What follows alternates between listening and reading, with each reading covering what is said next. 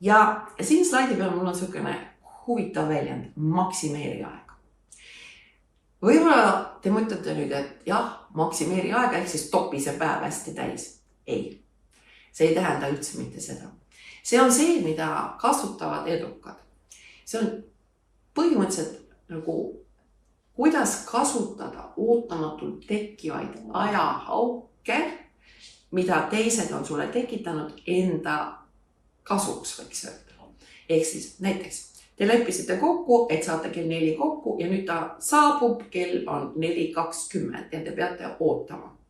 Tõesti, ta istus liiklusummikus ja nii edasi. Aga see ei tähenda seda, et te peaksite see 20 minutit enda päevast ära andma. Näiteks samal ajal väga kasulik on õppida keelt. Ehk siis sa võtad oma selle äpi, hakkad seal õppima või kas või paned silmad kinni ja kuulad mingit muusikat. Ehk siis sa puhkad ja taastud seal läheb.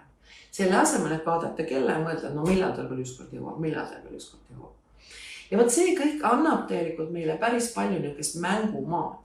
Rääkimata muidugi sellest, eks ole, et kui, kes on televiisori vaatajad, et siis mõelge, et kui palju sellest, mida te vaatate, on mõistlik ja mida te tegelikult tahaksite näha.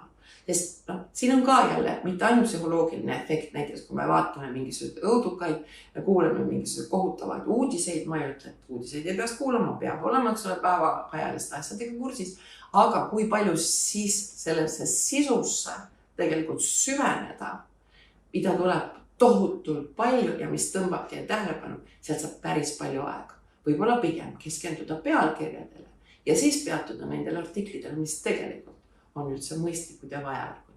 Lisaks muidugi ka meeleolu, ehk siis kui on ikkagi negatiivsed sündmused, negatiivsed asjad, millest kirjutatakse, siis see võtab ka maha muuseas teie nii-öeldes meeleolu, mis omakorda hakkab mõjutama, kui palju te suudate hakkama saada. Ehk siis õpi oma aega maksimeerida.